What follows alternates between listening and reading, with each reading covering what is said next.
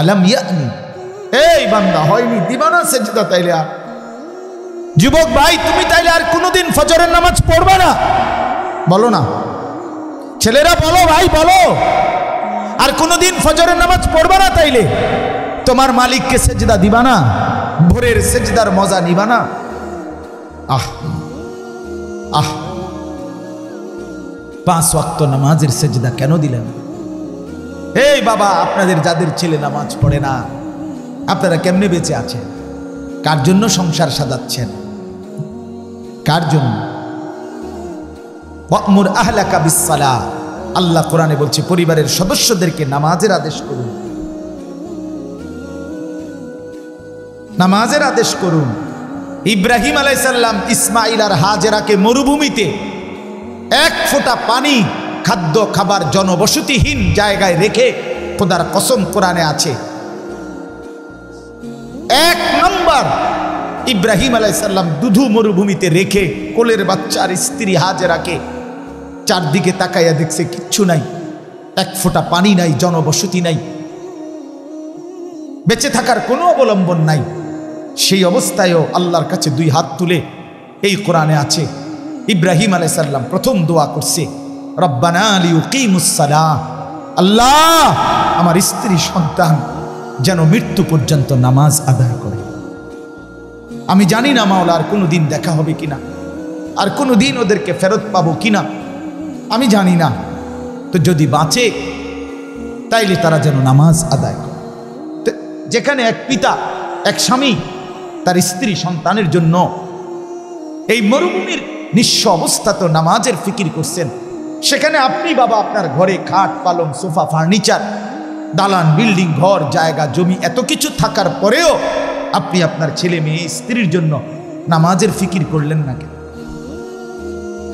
কেন করলেন? কেন ছেড়ে দিলেন? কেন পরাজিত হলেন? মুসলমান তো হারে না, মোমেন তো পরাজিত হয় না। আমি অনুরোধ করলাম, আর যুবক ভাই তোমাদেরকে বললাম ওই আগের কথা, যদি কেউ গুরুত্ব নাও দেয় তোমারে, তুমি নষ্ট হইও না। ইব্রাহিম আলাইহিস সালামের বাবা আজর মূর্তি পূজক ছিল, তাই বলে তিনি ভেসে যায় নাই, তিনি সন্তান ইমানদার ছিলেন। এজন্য তুমি নষ্ট হইও না, আমার অনুরোধ। আমি আবারও বলছি, আমি যদি বলো কাছে গিয়ে বলতে বলতে রাজি।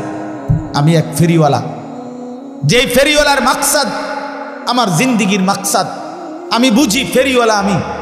আর এই ফেরিওয়ালার একটা নিয়ম হলো, ফেরিওয়ালা জানে তার প্রত্যেক ডাকে কাস্টমার আসে না। কথা বলেন না কেন? ফেরিওয়ালা প্রতিবার ডাক দিলে কি আসে না?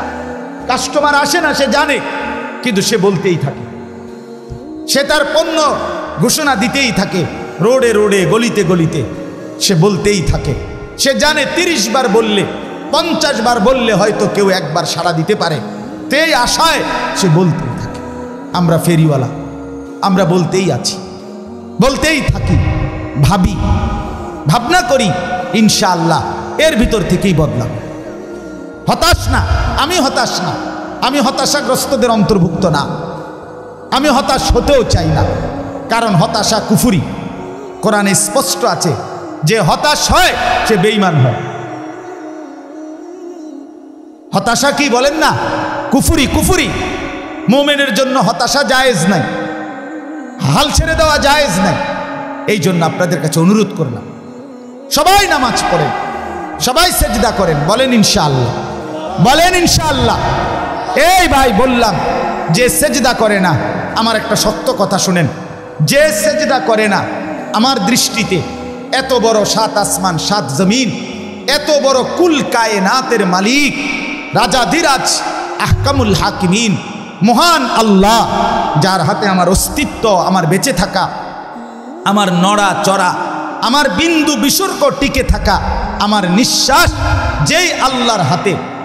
আবারও বলছি ভাই শোনো, সেই আল্লাহর সামনে যে মাথা নোয়ায় না, ঘাড় নোয়ায় না, সেজদা দেয় না, খোদার কসম আমার দৃষ্টিতে তার চাইতে বড় ঘাটতারা, গাদ্দার, বেয়াদব আর কেউ হইতে পারে না। তুই সবচেয়ে বড় ঘাটতারা, তুই ঘাউরা নাম্বার 1।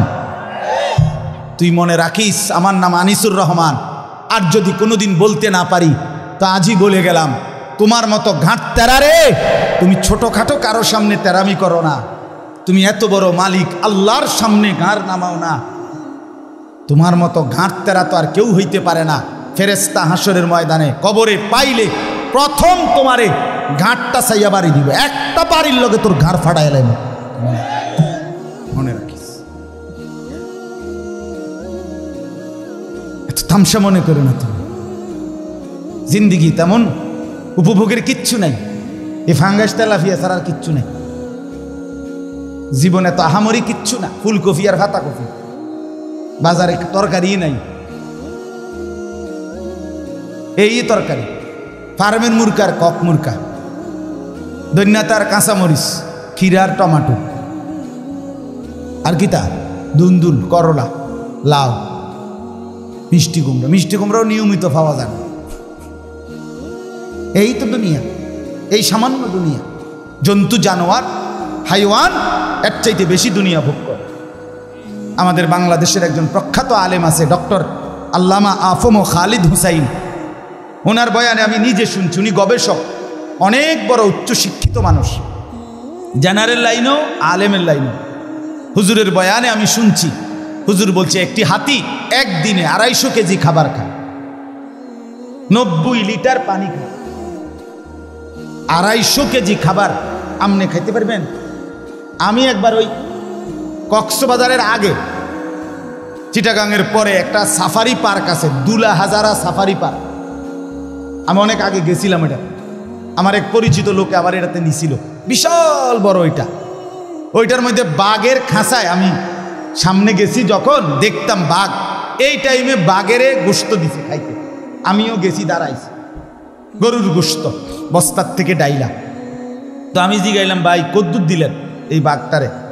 কয় হুজুর, জঙ্গলে বাঘ যে পরিমাণ খায় ওই চাহিদা মতো দেওয়া যায় না, এটা তো চিড়িয়াখানা, এটা তো একটা সীমাবদ্ধতা আছে। আমি আচ্ছা হোক না, কদ্দুর দিচ্ছেন হেঁটেই হুনি? কয় এমনি প্রতিবেলা 20-22 কেজি গোশত দিতে হয়, গরুর গোশত 20 থেকে 22 কেজি গরুর গোশত এই বাঘটারে প্রতিবেলা দেয়। 22 কেজি গোশত এক বড়ে খাইতেন পারবেন? এই বাঘের বাচ্চা খারাপ আমি নিজে খাওয়াম, বেড হইব, মূল্য টেহা গেলে যাক না, আপনার লগে লইয়ে যাবো এখন। কথা বলেন না কেন? কি দুনিয়া ভোগ করছে বলেন না, আমরা কি দুনিয়া ভোগ করি তাইলে? আচ্ছা এই বাঘেরে বলেন না, দোস্ত আজ এত রবিবার রুটিনে ফাঙ্গাস, ও দাঁত ফালাই দো মোদের বেড়া, তুই জীবনে দেখছুতি আমার বেড়া, আমার বংশের কেউরে দেখছুতি ফাঙ্গাসকে, প্রতিবেলা গোস্ত খাই বেড়া, তুই পাগল ছাগল ভাবছে তোমার বেড়া। কি বলেন? জঙ্গলের বাঘ অন্য আইটেমের কোনো তরকারি লয় না, না না না, তো উন্নত রুচি সম্পন্ন বেটা, সে তো গোস্ত ছাড়া কিছু খায় না।